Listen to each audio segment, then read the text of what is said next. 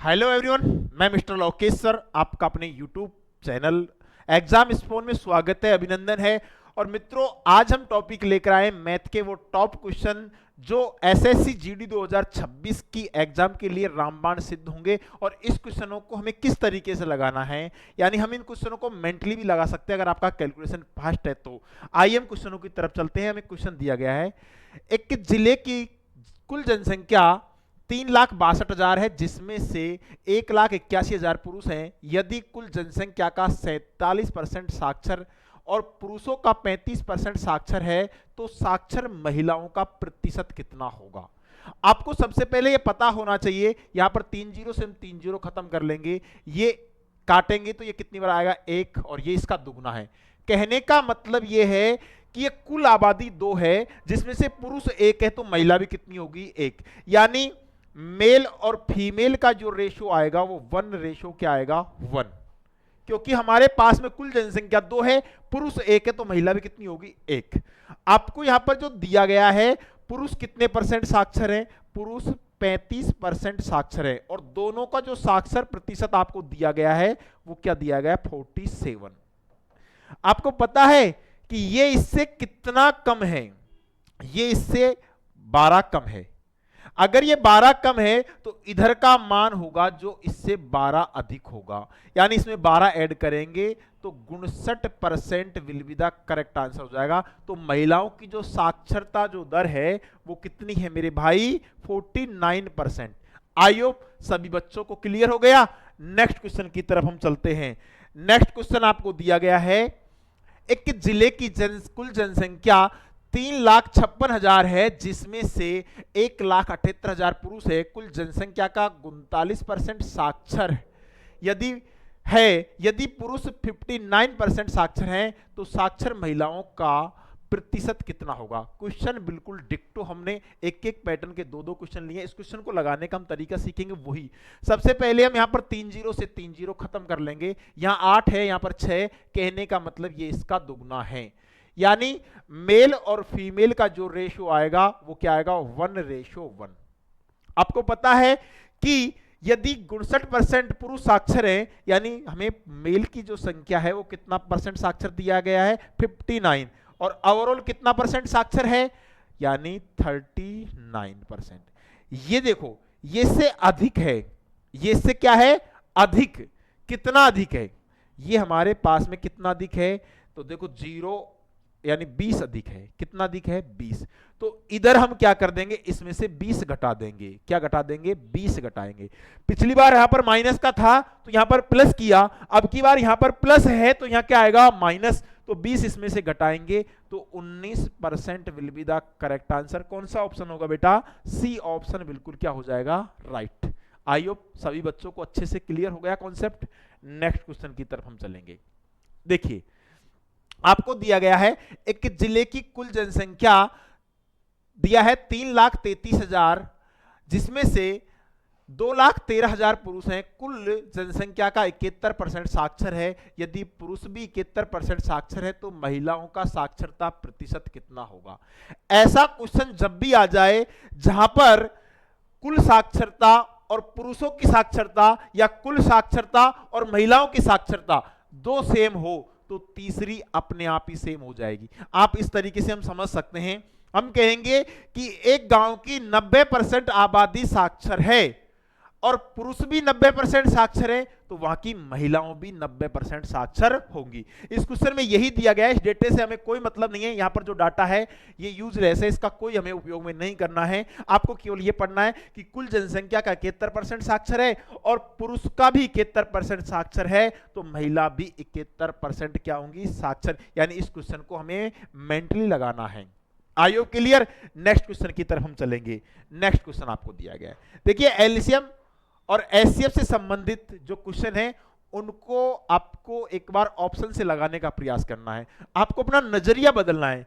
देखिए, जैसे हम यहां पर चलते हैं 18 को मैं 9 × 2 लिख सकता हूं, यानी जो ऑप्शन होगा हमारे पास में किसका मल्टीपल हो सकता है, 9 का। हम चलते हैं यहां पर, देखिए 4 4 2 8 और 1 इसमें से ले लिया तो यानी 9 हो गए, यानी 2 बच गए, और ये 7 और 2 9, यानी ये ऑप्शन 9 से कट रहा है। नीचे चलते हैं, देखो 7 और 2 9 ये कट गया, और ये नहीं कटेगा, तो ये ऑप्शन नहीं होगा। हमारे पास में 7 और 2 9, ये भी नहीं कटेगा, और यहाँ पर 7 और 2 9, यहाँ 4 शेष पर बच गया। देखो 9 का भाजकता का नियम होता है, यदि कि संख्या के अंकों के योग में 9 का पूरा पूरा भाग चल जाता है तो वो संख्या 9 से पूर्णतः विभाजित होगी। तो हमने यहाँ पर देखा कि कोई भी ऑप्शन 9 से विभाजित नहीं है, केवल ए ऑप्शन 9 से विभाजित है, तो यही हमारा क्या होगा, आंसर। नेक्स्ट क्वेश्चन आपको करके बताना है।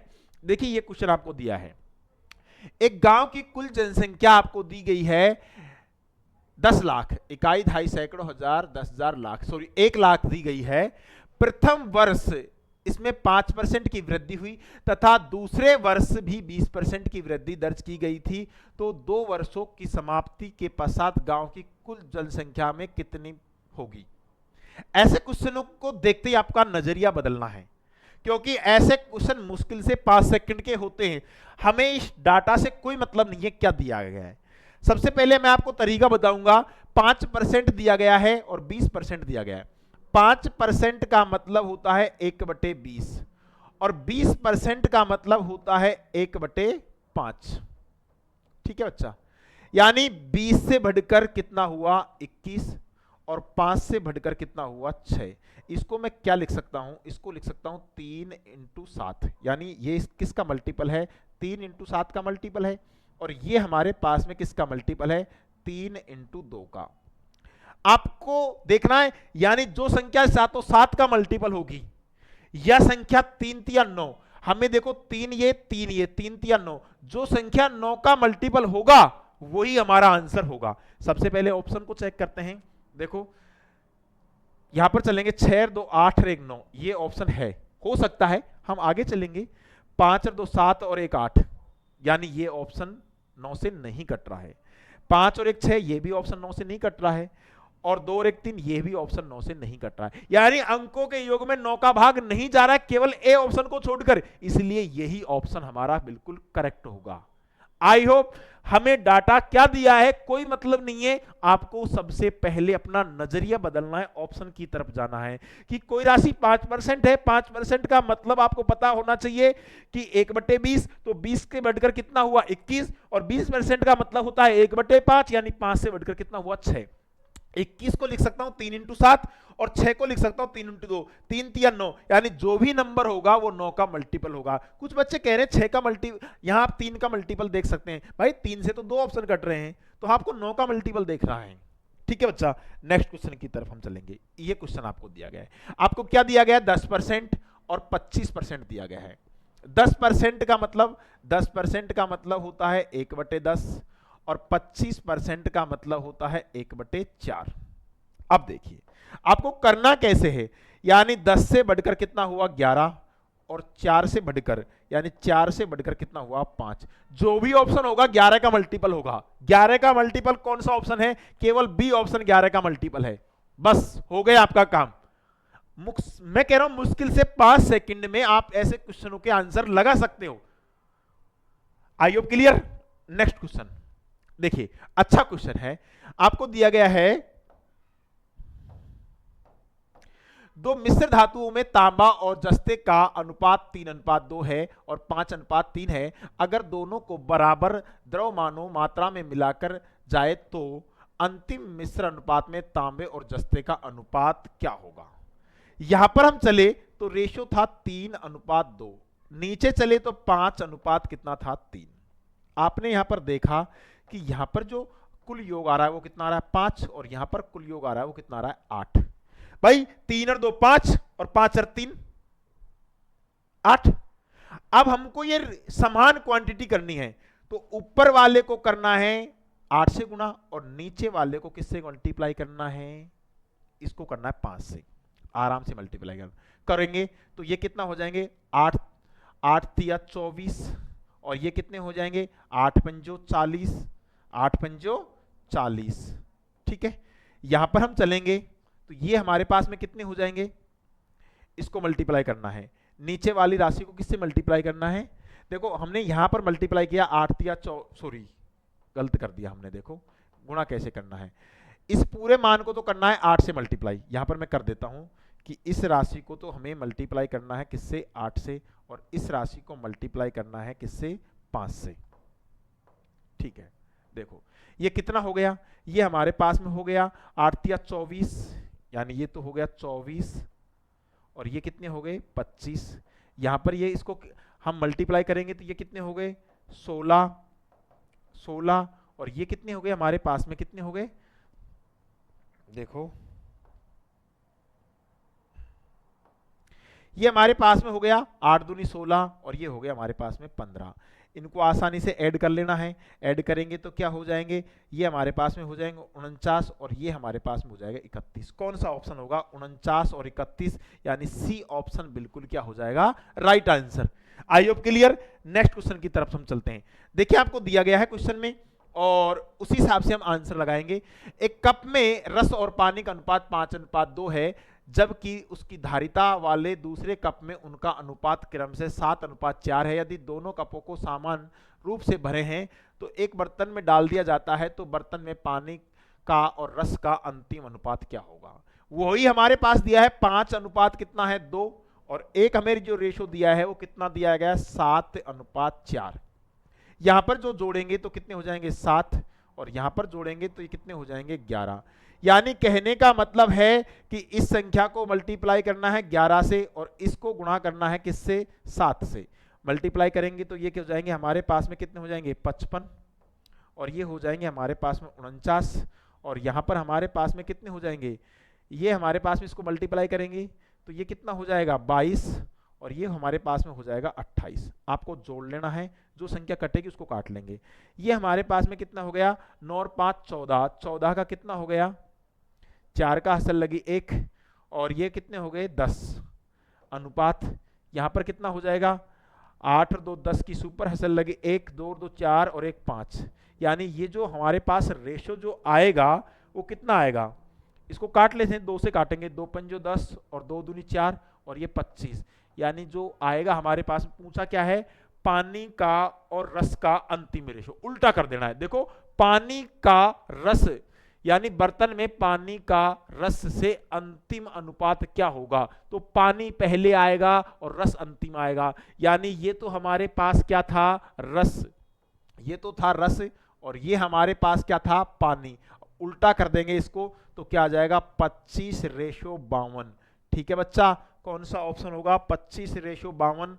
एक ही ऑप्शन होगा हमारे पास में, डी ऑप्शन बिल्कुल क्या हो जाएगा राइट। गलती नहीं करनी है बिल्कुल भी। नेक्स्ट क्वेश्चन की तरफ हम चलते हैं। ये क्वेश्चन भी बहुत इंपॉर्टेंट क्वेश्चन है। देखो मैं क्वेश्चन क्या दिया गया है, अशोक ने अपने 2 बेटों जिनकी उम्र 16 और 17 साल है के लिए 48,300 रुपए की वसीयत छोड़ी थी। 19 साल की उम्र में उन्हें 10% चक्रवृद्धि ब्याज पर बराबर राशि मिलनी चाहिए, तो छोटे बेटे का वर्तमान हिस्सा याद कीजिए रुपयों में। आपको पता है 10% दिया गया है। 10% का मतलब आपको पता होता क्या है, 10% का मतलब होता है कि कोई राशि 10 से बढ़कर कितनी हो गई 11। कितनी हो गई 11 हमारे पास हो चुकी है। यहां पर डिफरेंट कितने का है 1 का, इसलिए हमें यहां पर 1 पावर लगाना है। अगर यह अंतर 2 साल का होता तो स्क्वायर करते, 3 होता तो यहां पर क्यूब करते। ये आपको ध्यान रखना है।